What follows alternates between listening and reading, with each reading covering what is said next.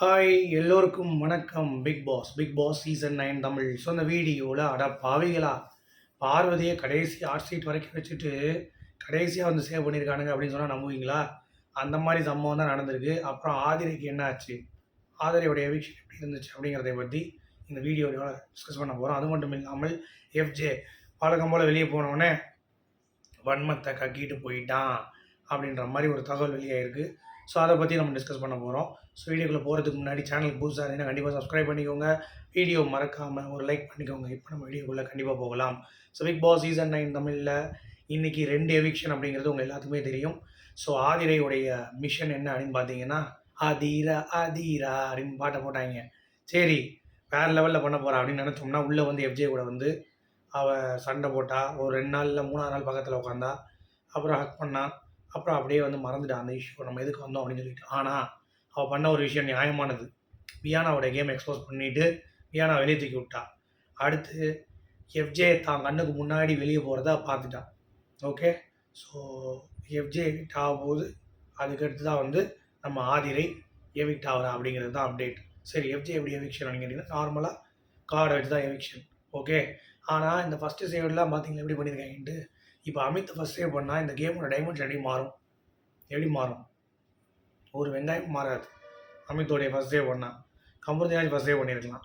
அமித்தை பண்ணி விட்டாங்க. இப்போ அமித் என்ன பண்ணுவார், நம்ம தான் ஃபஸ்ட்டு, நமக்கு தான் அவுட் இருக்குது அப்படின்னு நினச்சிட்டு ஒரு கேம் ஆடுவார்? கண்டிப்பாக ஆட மாட்டார். மிச்சம் தான் நீங்கள் போகிறாரு. அப்புறம் எதுக்கு அமித்? கம்பூர்தினே சேவ் பண்ணிட்டாங்க. சரி, அடுத்தது கனி சாண்ட்ரா. அட்லீஸ்ட் சாண்ட்ரா வச்சு சேவ் பண்ணியிருக்கலாம். மொதல் சேவ் சாண்ட்ரா வந்து ஓகே நம்ம இது பண்ணால் தான் மக்கள் ரசிக்கிறாங்கன்னு சொல்லிட்டு இன்னும் நிறையா கண்டென்ட் வந்து பார்த்திங்கன்னா அவங்க பண்ணியிருப்பாங்க. அதையும் கெடுத்து விட்டாங்க. சரி, கனியாச்சும் சேவ் பண்ணியிருக்கலாம். கனியும் சேவ் பண்ணல.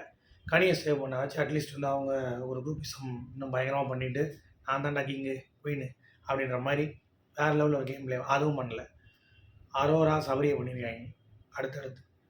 சரி, திவ்யா, நம்ம இவ பேர் என்ன, பாரு, ஆதிரை மற்றும் நம்ம எஃப்ஜே, சுபிக்ஷா, அரோராவை சேவ் பண்ணியிருக்கீங்க. இப்போ 4 பேர் இருக்காங்களா? அடுத்து என்ன பண்ணியிருக்கீங்க தெரியுமா? திவ்யாவை சேவ் பண்ணியிருக்காங்க.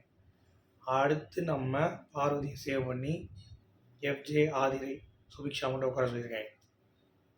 அதில் யாரை காப்பாற்றலாம்னு யோசிக்கும் பொழுது சரி சுபிக்ஷா போடுவோம் அப்படின்ற மாதிரி சுபிக்ஷா போட்டிருக்காங்க. காப்பாற்றிட்டு எஃப்ஜே கடைசியாக கார்டை வந்து நிப்பாட்டிட்டு கூப்பிட்ருக்காங்க வெளியே. இந்த எஃப்ஜேஎம் வந்து பார்த்திங்கன்னா நம்ம ஏதோ சாதனை பண்ண மாதிரி okay guys I am very happy அப்படின்னு சொல்லிட்டு கடைசியாக பீட் பாக்ஸ் பண்ணிட்டு ஒரு பாடல் பாடினா போல் அவ்வளோதான் கிளம்பிட்டாங்க. கிளம்புறப்ப சும்மா இருக்கலாம்ல, எல்லோரும் பற்றியும் பேசுகிறேன் அப்படின்னு சொல்லிட்டு எல்லாம் நல்லா விளாட்றீங்க, கேம் சூப்பராக விளாட்றீங்க, பார்வதி கமுதினை வச்சு ஆடாது அப்படின்ட்டானா. அடப்பாவி, யாரா நீ கோமாளி அப்படின்ற மாதிரி தான் இருந்துச்சு. கமருதீன் உன் கேம் செம்மையாக இருக்கடா அப்படின்னு மாதிரி சொல்லியிருக்கான். கனி எனக்கு இன்னொரு அம்மாவா இந்த மாதிரி விட்ட போட்டு சபரி விக்ரம் எல்லாத்தையும் வந்து பார்த்திங்கன்னா அவனுடைய ஸ்டைலில் செஞ்சுட்டு எஃப்ஜே வந்து ஒரு பயங்கரமான எவிக்ஷன் சொல்கிறாங்க. அதாவது எவிக்ஷன் ஆனாலும் அவனுடைய அந்த கருத்துக்களை ரொம்ப ஸ்ட்ராங்காக முன் வச்சுட்டு எவிக்ட் ஆகிருக்கான் அப்படின்ற மாதிரி எஃப்ஜே வந்து தகவல் வெளியே வருது. சரி, அப்போ ஆதிரை சேதுபதி என்ன சொல்லியிருக்காருன்னா ஒரு அன்எக்ஸ்பெக்டட் எவிக்ஷன் இன்னொன்று இருக்குது, ஆனால் நான் அதை பண்ண மாட்டேன், நான் கிளம்புறேன் அப்படின்ட்டு. அப்போயே உள்ள தெரிஞ்சு போச்சு எல்லாத்துக்குமே, ஓகே ஆதிரை தான் பண்ண போகிறாங்க அப்படின்ட்டு. ஓகேவா?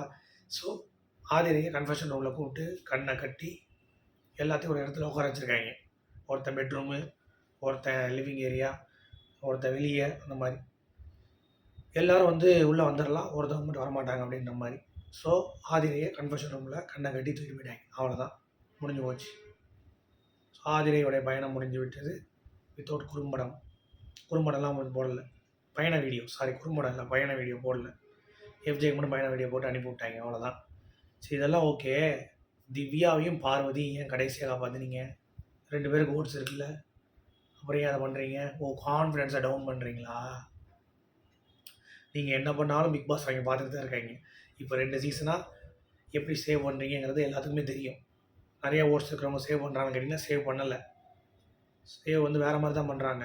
ஸோ அதனால் அவங்களுக்கு ஒரு ஐடியா இருக்குது எப்படி இருக்காங்க அப்படின்னு சொல்லிட்டு. ஸோ அதனால் பார்வதிக்கும் திவ்யாவுக்கும் இது பெரிய ஒரு பின்னடைவு அப்படிலாம் இருக்காது. வேணா நீ சேவ் பண்ணலையே அவ்வளோதானே, நான் பார்த்துக்கிறேன், ஆட்டம் எனக்கு தெரியும் அப்படின்ற அந்த மனநிலையில் அவங்க இருக்காங்க அப்படிங்கிறது பார்க்க முடியுது. சரியா? ஸோ அதனால் அது பெருசாக ஒரு அஃபெக்ட் ஆகாது அப்படிங்கிறது தான் பாயிண்ட்டு.